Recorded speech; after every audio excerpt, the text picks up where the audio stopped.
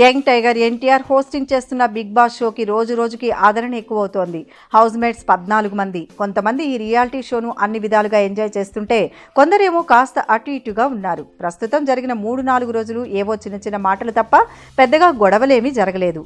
ఇక big boss షోలో participate చేసేందుకు ఎంతో మంది వెనక్కి తగ్గగా ఫైనల్గా హౌస్ మేట్స్గా ఉన్నవారు మాత్రం బిగ్ బాస్కి ఎంపికయ్యారు. అయితే వీరు ఈ రియాలిటీ షోలో పార్టిసిపేట్ చేసినందుకు రెమ్యునరేషన్ కూడా బాగానే తీసుకున్నారు. ఇక పారితోషికాల లెక్క చూస్తే హోస్ట్గా చేస్తున్న తారక్ భారీగా 7 కోట్ల రెమ్యునరేషన్ తీసుకున్నాడని తెలిసిందే.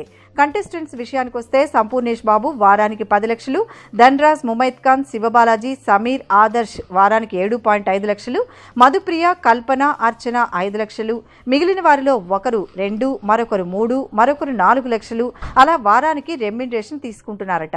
ఈ రెమ్యునరేషన్ వారాల లెక్క ఎందుకంటే ఏ వారం ఎవరు ఎలిమినేట్ అవుతారన్నది తెలియదు కాబట్టి ఆ వారం వారికి ఆ రెమ్యునరేషన్ ఇచ్చే అవకాశం ఉంది.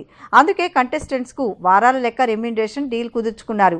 వారం మొత్తం వీరి హంగామా చూసిన శని, ఆదివారాల్లో రాబోయే తారక్ ఎపిసోడ్స్ గురించి అందరూ ఈగర్గా వెయిట్ చేస్తున్నారు.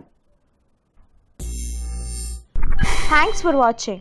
For more interesting updates, don't forget to subscribe Filmy Looks.